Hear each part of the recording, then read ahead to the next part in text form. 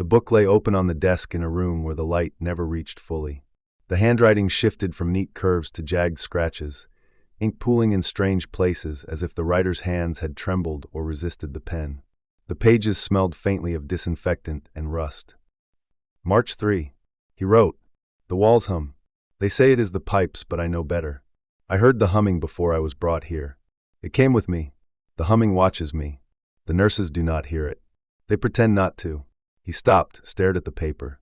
His hand cramped. He pressed harder until the nib tore through. March 5. He wrote, "They keep changing my room. They say it is for observation. I wake in different places without moving. Sometimes the door is on the left. Sometimes the window is gone. Sometimes there are no windows at all. I asked about it. They told me my memory is failing. But I remember the cracks in the ceiling. I count them. I know when they are wrong.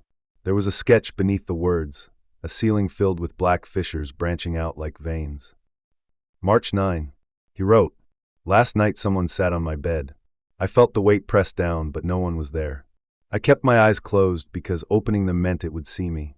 It whispered in the same voice as the doctor. The same tone. It said, 'Open your head and let me inside.'" The ink had bled across the page. His hand must have shaken violently. The staff found him murmuring in the corner, eyes wide and glassy. They strapped his arms down, though he had not tried to hurt himself. One of them whispered to another that he had scratched at the skin of his scalp until blood ran down. He kept saying there were holes opening in his skull. March 12. He wrote with uneven letters, "I saw her again. The woman at the end of the hall. Her gown is torn. She does not belong here. The others walk past her and do not notice. She presses her face against the glass. Her teeth are too many. She does not blink. She whispers names. Not mine yet." The entry ended midline. The rest of the page was blank except for faint smears, as if he had dropped the pen and clawed at the paper. March 14. The doctor asked him to describe the dreams. He refused, but when they tightened the straps and tilted the light over his eyes, he confessed. He dreamed of a room filled with jars. Each jar held a pale thing floating. Not organs, not tissue, but faces. His own face was in one of them, lips moving soundlessly. The doctor nodded and wrote without looking up. The humming grew louder until his teeth ached. Later, in his room, he wrote, "The dreams are not dreams. I smelled the glass. I touched it. The jar was cold. I saw myself drowning in it." March 16. He wrote in long, desperate strokes. "They inject something into me at night. They say it helps me sleep. But I do not sleep. My body lies still while I walk in another place. The halls are dark. The lights above flicker. I see doors with no handles. Behind them someone scratches to get out. I hear the claws. I hear the breathing. I know if I open one the thing inside will wear my skin." The ink ran down in slashes, like someone had dragged the pen violently across. March 18. The nurse found him talking to the air. His lips moved fast, faster than the words could form. He said he was bargaining. She leaned closer and heard him muttering, "Asterisk, take the others, not me. Take the others, asterisk." That night he wrote, "The bargain will not hold. They want everyone. They want me most of all." He had drawn circles over and over, hundreds of them, until the paper tore. March 20. He wrote in fragments. "Not alone. Never alone. Something moves in the vents. They let it crawl. It watches through the grates. I saw its fingers once. Thin black, bending wrong. They are waiting until I cannot fight." Later he scratched out the words and wrote instead, "They are building something beneath. I hear the machines. I hear screams that are not mine." The doctor recorded his case as progressive deterioration, delusional paranoia. But at night, when the corridors emptied, he too heard faint clanging from below. He too smelled iron, thick and metallic, drifting through the air. He locked his office door tighter than usual. March 23. The diary page was covered edge to edge. I followed the woman with too many teeth. She led me into the walls. I do not know how. The plaster stretched open and swallowed me. Inside it was wet. Something pulsed. I kept walking. I came to a room where the floor was covered in beds. Each bed held someone with no face. Their skin was smooth and blank. But I knew they were screaming. He stopped. Then in jagged letters. The faces were in the jars. I saw mine again. It looked at me and mouthed, "You are next." March 25. He wrote, "The humming is inside me now. It moves through my veins. The doctors do not speak with their own mouths. Something speaks through them. Their words come late, after their lips. Their eyes are too still. The next lines were illegible scratches, but one phrase emerged. They opened my head when I slept. The orderlies noticed a scar at the back of his skull. They said it was old, a healed wound. But he insisted it was new. He pressed his nails against it until blood welled again. March 28. The diary showed only one sentence repeated until the ink ran out. Asterisk, I am not the patient. I am the experiment. Asterisk. He grew thinner. His hands shook constantly. He whispered to anyone who entered, "Don't drink the water." When asked why, he said the water was alive, filled with fragments of voices that crawled inside and made nests in the stomach. March 30. He wrote, "Tonight they will take me downstairs. I know it. They think I am too weak to resist. The woman with teeth waits by the door. She smiles when they walk past. She knows I see her." The staff wheeled him into a lift that smelled of chemicals and mold. The descent lasted longer than he thought possible. He felt each floor pass like a heartbeat in his ears. When the doors opened, he saw nothing but shadows moving against the light of lamps swinging above. He returned hours later, slumped, eyes unfocused. He said nothing. But that night the diary bore shaky lines. "I saw the cages. They keep what should not exist. They let them grow in the dark. They told me I was chosen. They told me I would carry it." The ink smudged where his tears had fallen. April 2. The handwriting was barely legible. My stomach burns. Something inside scratches. I hear it when the room is quiet. They call it progress. They call it healing. But I feel it moving. He drew a crude sketch of a human body, the stomach blackened with jagged strokes. April 4. He wrote, "The woman comes closer now. She leans over my bed. She whispers a number. I do not understand it. But when she speaks, the walls tremble. Then a blot of ink, as if the pen had been driven into the paper and broken." April 7. He wrote in large, sprawling letters. "I saw the other patients walking without eyes. They moved in a line, down into the dark. Their mouths were sewn shut. The doctors followed behind with clipboards. None of them saw me though I was there. Or maybe I was one of them, and I only dreamed I was not." The page shook with overlapping words. "I am splitting. I am two. I am more than two." April 9. He wrote, "The face in the jar opened its eyes today. It looked at me. It moved its lips. I understood. It said, 'You were never alive. You have always been here.'" The last line read, "I do not know if I am writing or if the jar writes through me." April 11. He wrote, "They have stopped pretending now. They do not call me by name. They call me by a number. I do not remember the name anyway. The humming drowns it out. The woman smiles. Soon her teeth will be mine." At the edge of the page, faint and cramped, almost hidden. "If anyone finds this, burn it. Do not keep it. The words are not safe." The entries ended abruptly, though half the notebook remained blank. The last page bore only one sentence scratched so deep the paper tore. "The ghosts are not ghosts. They are the ones who came before. And they never left." The staff kept the diary locked away. Some claimed to hear whispers when they touched it. One nurse swore she saw wet fingerprints on the blank pages. She resigned the next morning. The patient's bed remained empty, though no discharge was recorded. The door to his room stayed locked. And at night, the humming in the walls grew louder. The second half of the diary began with different handwriting. The strokes were tighter, controlled, as if someone tried to impose order over chaos. The cover bore a different name, though the first pages had been torn out. The asylum staff claimed they never issued a new book, yet it appeared one morning on the same desk where the first had ended, as though it had grown from the empty pages left behind. April 14. The new writer recorded, "The patient from room 19 is gone, officially transferred, but the ledger does not list a destination. The nurses refuse to speak of it. His bed is stripped bare. Still, last night I heard whispers coming from his room.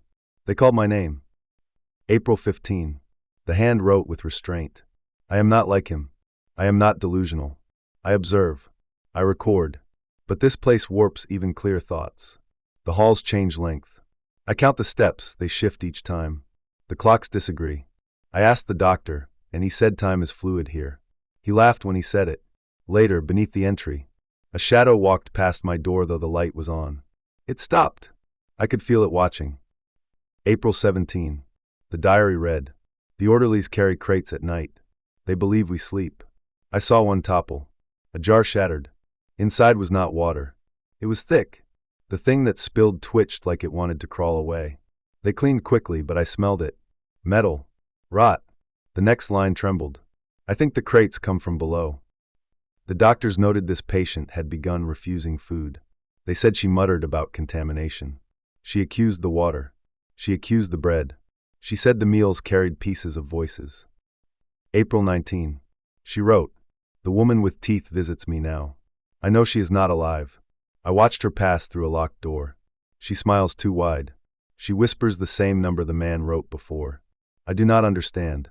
But when I repeat it, the walls shake." April 21. She described a dream. I stood in the basement. The walls were covered in breathing sacs, pulsing with light. They throbbed in unison with my heart. The doctors cut one open. A figure stepped out. It wore my face. It looked at me and smiled. Then it dissolved into smoke that filled my lungs. April 22. She wrote, "There is a room the staff never unlocks. Behind it something drags chains. I hear the scraping. They walk past it without looking. Last night I pressed my ear against the wood. A voice hissed my name. Then another. Then many overlapping. All of them were mine." April 25. The diary contained only drawings. Circles within circles. Spirals. A face pressed against glass. Beneath one sketch she wrote, "He is still here. He writes through my hand." April 27. The words sprawled more erratically. The humming has found me too. It burrows in my ears. It rattles my bones. The doctors' mouths open, but their words arrive too late, like echoes. Something speaks before them. Something uses them like gloves. Later, smaller. I cannot trust their eyes. Too still. Too clear. April 29. She wrote, "Tonight they take me below. I know because the woman stood at the end of my bed and smiled. Her teeth are not teeth. They are keys." The next page was smeared. Ink mixed with what looked like blood. May 1. The handwriting staggered. I saw the chambers. They are not cells. They are wombs. The doctors feed the things inside. They hum as they grow. Their shapes are not human. But their faces are. Each jar holds a face. Some still move their lips. Some scream without sound. She pressed the pen until it tore the page. One of the faces was mine. One of them was his. May 3. She wrote, "They opened my veins. They said it was routine. But the tubes carried not blood. Something dark. Something that wriggled. I felt it move through me. I begged them to stop. They only smiled. Later. It is inside now. It scratches when I try to sleep." May 6. She described a vision. I walked through the hall at night. The lights went out one by one. The air thickened. I saw patients lined against the wall. Their eyes gone. Their mouths sewn. They turned toward me in unison. The stitches burst. They screamed without sound. At the bottom. When I woke, my lips hurt.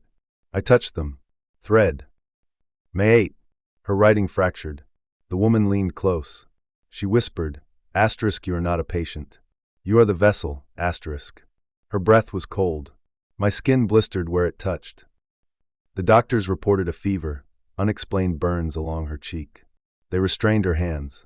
She continued to scratch at her skin until blood smeared her gown. May 11. She wrote, "I am splitting. I watch myself sleep. I hear myself whisper, 'I am not me. I am too.' Soon more." Later, crammed into the corner, "The faces in the jars are not dead. They are waiting." May 13. The handwriting slowed, jagged. They took me into the chamber. The walls were covered in mirrors. But the reflections were not mine.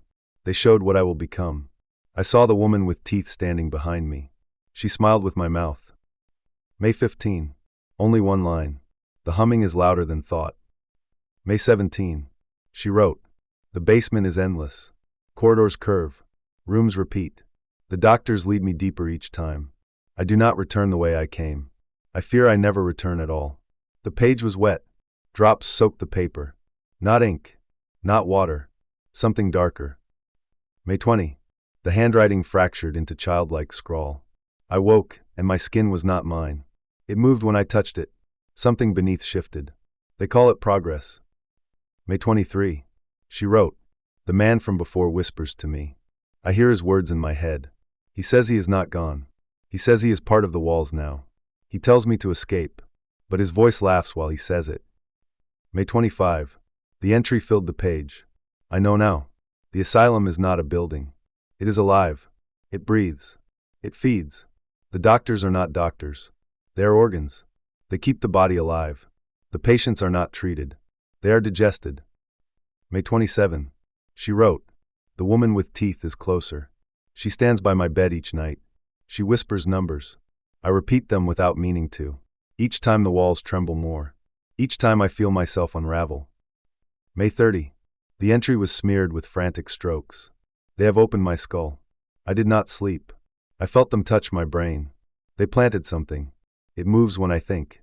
It changes the words. I am not sure these are mine. June 1. She wrote in tiny letters.